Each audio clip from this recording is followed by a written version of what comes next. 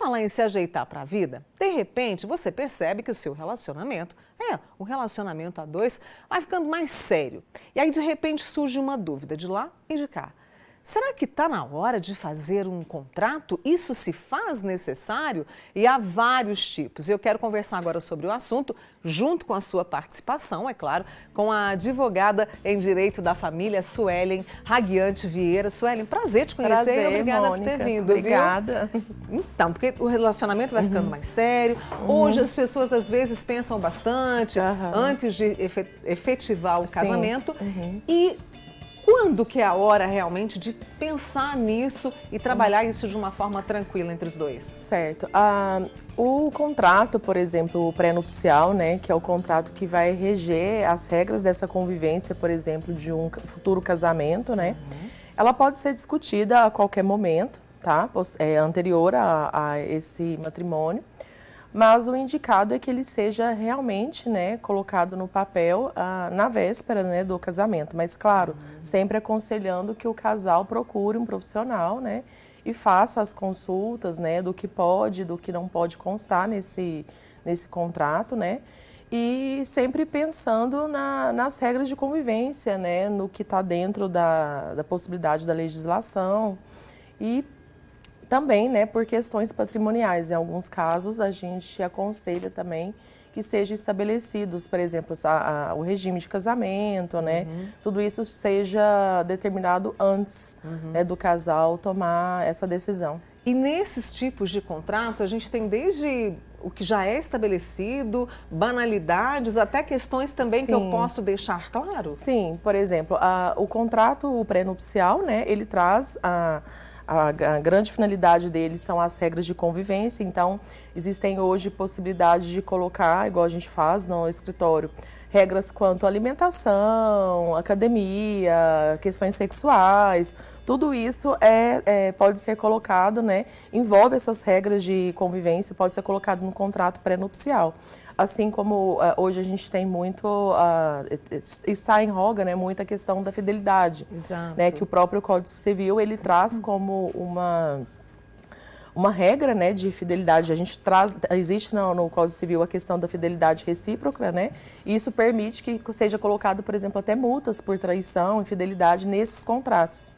Então, por exemplo, tanto no contrato pré-nupcial, quanto no contrato de união estável, que já é uma outra modalidade, ou num contrato de namoro, hoje é bem comum as pessoas procurarem o escritório para esse tipo de cláusula. Eu não sabia disso, sinceramente. A questão da traição, e a gente até tem um caso aí em alta, né, de um jogador famoso, que até tem essa questão também. E, no caso, isso é estabelecido de comum acordo? Sim, tem que ser de comum acordo, né, porque trata-se de um contrato, né, no qual a vontade das partes, de ambas as partes, está ali, né, será reservada, regida dentro desse documento.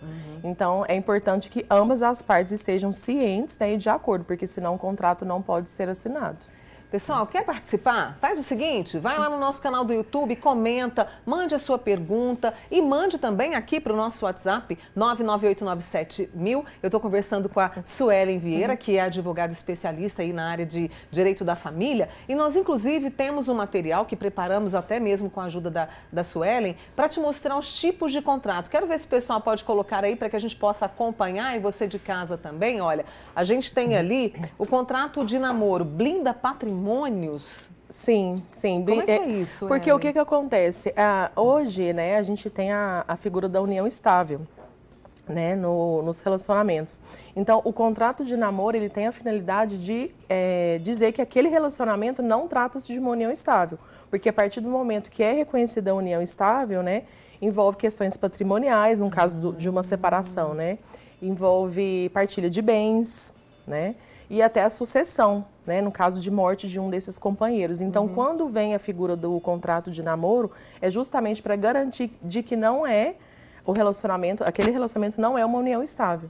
Então, ele tem essa finalidade de blindar, em tese, né, esse patrimônio, no caso de separação ou de morte de um dos cônjuges, do casal, né? Do casal, né? Do casal, isso. E aí, no contrato de namoro, Por exemplo, estou namorando ali, existe um tempo para que esse contrato seja efetivado? Não, Por ele exemplo, pode ser 6 feito... meses, 1 ano, Não, pode ser feito qualquer época? Pode ser, desde que seja a verdade, né? Porque existem também alguns casos em que o casal faz o contrato de namoro para dizer que não é união estável, mas na verdade é união estável, né? Então, assim, pode ser feito a qualquer momento, no início, no meio, né? Ali durante a relação, mas desde que seja real, desde que seja verdadeiro, né? Porque se for um contrato para mascarar uma união estável, não pode. Tá? Porque o namoro, ele não tem essa partilha de bens, né? Não tem a questão da sucessão, nada disso. Já a união estável, ela atua dentro do ordenamento jurídico como um matrimônio, né? Equivale a ser um matrimônio. Então, há a partilha de bens, né? Há todas essas questões. Então, não pode ser para mascarar, né? Parece que é tão tênue, É tênue. a linha entre os dois, do contrato de namoro com a união estável, Sim. Sueli? É porque a união estável, tá? Ela tem as regrinhas no Código Civil, né? E que ela estabelece, por exemplo, o casal tem que ter intenção, interesse de constituir família, precisa de publicidade, né? Só que não tem nenhum prazo, né? Não existe um prazo determinado pelo relacionamento. Não existe algo mais concreto, objetivo. Então acaba que se confunde, né, o namoro com a união estável. Aí que por isso existem essas figuras, esses contratos para poder estabelecer o que é e o que não é, até para resguardar o patrimônio dos envolvidos. Né? Dos envolvidos. Tem perguntas chegando aqui para você, Sueli. Vou fazer uma pausa nas minhas perguntas e é isso mesmo. Aqui o Manhã Total é feito para você participar. A gente adora essa área do direito, viu, Sueli? O Leonardo disse que se casou há 1 ano, comprou uma casa e colocou o nome da esposa nessa casa, né? Ele tem direito ou tem que fazer algum tipo de contrato? Olha que interessante. Se ele realmente casou, né, de fato, né, aí a gente precisa entender melhor essa questão de qual regime, né? Sobre qual regime ele casou, se foi o parcial de bens ou separação total de bens.